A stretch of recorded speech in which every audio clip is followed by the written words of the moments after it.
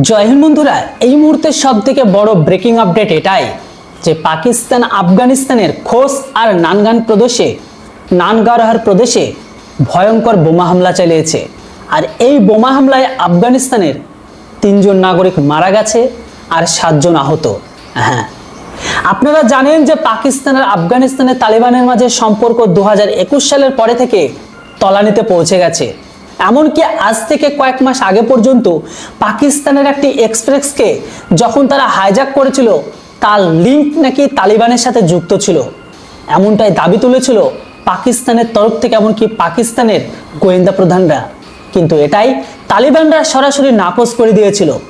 কিন্তু এই মুহূর্তে যে আপডেট, কিছুদিন আগে দুই দেশের মাঝে ক্লাস হবার পরে আবারও পাকিস্তান তাদের বেহায়াপনা কর্মকাণ্ড ঘটিয়ে দিল আফগানিস্তানের ঘরের ভেতরে 2টো প্রদেশে।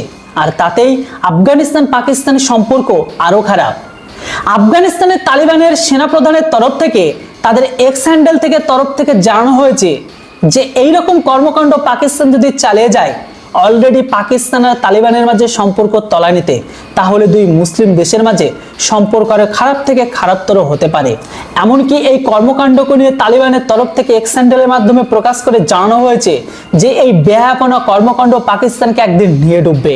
হ্যাঁ, আজ থেকে কয়েকদিন আগে খবর বেরিয়ে এসেছিল যে পাকিস্তান আফগানিস্তান সীমান্ত লাগা অঞ্চলে ড্রোন স্ট্রাইক করে, কিন্তু এরপরে থেকে কোনো আপডেট বেরিয়ে আসছিল না যে কোথায় আক্রমণ করে, কিভাবে আক্রমণ করে, কেন বা আক্রমণ করে, আর আক্রমণের উদ্দেশ্য বা কি ছিল।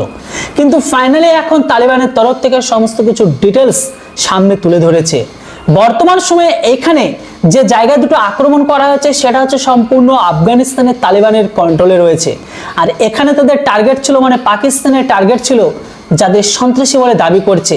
তবে মজাদার বিষয় হলো এই সমস্ত সন্ত্রাসীগুলো পাকিস্তানি তৈরি করেছে, কিন্তু আল্লাহর দোয়ায় সেই সমস্ত সন্ত্রাসীগুলো আজ পাকিস্তানের হাতে থেকে বাইরে বেরিয়ে গেছে। তাই তাদের এখন সন্ত্রাসী হিসাবে চিহ্নিত করে তাদেরকে নিউট্রালাইজ করার জন্য কঠোর চেষ্টা করে যাচ্ছে। বর্তমান সময়ে তালিবানের ঘরে এই স্ট্রাইক করার জন্য ব্যবহার করা হয়েছে পাকিস্তানের কাছে থাকা ড্রোন, আর সেখানে ড্রোন থেকে এই বোমাকে ফেলা হয়। যে দুটো প্রদেশে হামলা করেছে তাতে এখনো পর্যন্ত আহত নিহতের সংখ্যা আপাতত এটাই বেড়ে আসছে, হয়তো সংখ্যাটা বাড়তে পারে। তবে পাকিস্তানের তরফ থেকে এখনো পর্যন্ত এই বিষয় নিয়ে এখনো পর্যন্ত কোনো রকম মুখ খোলেনি যে কি কারণে আক্রমণ করেছে। তবে তালিবানের তরফ থেকে এতটুকু স্পষ্ট বলে দেওয়া হয়েছে এর পাল্টা রিটেলিয়েশন আমরা অবশ্যই দেব।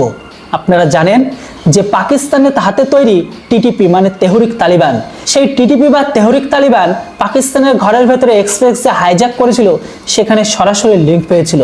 এমনকি বালুচ বিদ্রোহীরাও সরাসরি এখান থেকে সমস্ত কিছু মদত নেয়।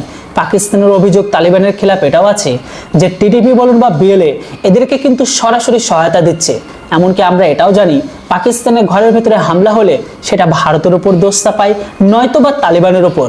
তবে তালিবানের তরফ থেকে স্পষ্ট ওয়ার্নিং দিয়ে জানিয়ে দিয়েছে যে এর পাল্টা রিটেলিয়েশন পাকিস্তান অবশ্যই পাবে। পাকিস্তান এরকম বেহায়াপনা কর্মকাণ্ড পাকিস্তান কখনো থামাবে না। এর আগে তালিবান পাকিস্তানকে কিভাবে কোটাই করেছিল সেটা আপনারা দেখেছেন। যেটাও বন্ধুরা, আপনারা কি বলেন?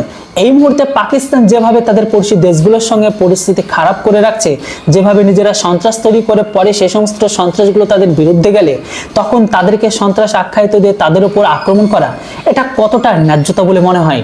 এমনকি তালিবানের ঘরের ভিতরে যে আক্রমণ করে নিরীহ মানুষগুলোকে মারছে, এটাকে নিয়ে আপনাদের কি মতামত? এর উপর অবশ্যই আপনাদের মতামত কমেন্ট বক্সে লিখে জানান। ভিডিও যদি ভালো লেগে থাকে তাহলে ভিডিওটিকে একটি ছোট লাইক করবেন, আর চ্যানেলটিতে প্রথমবারের জন্য হলে সাবস্ক্রাইব, কারণ আপনার ছোট লাইক কমেন্ট শেয়ার আমাকে ইন্সপায়ার করে এরকম টাইপের ভিডিও আপনাদের সামনে নিয়ে আসার জন্য।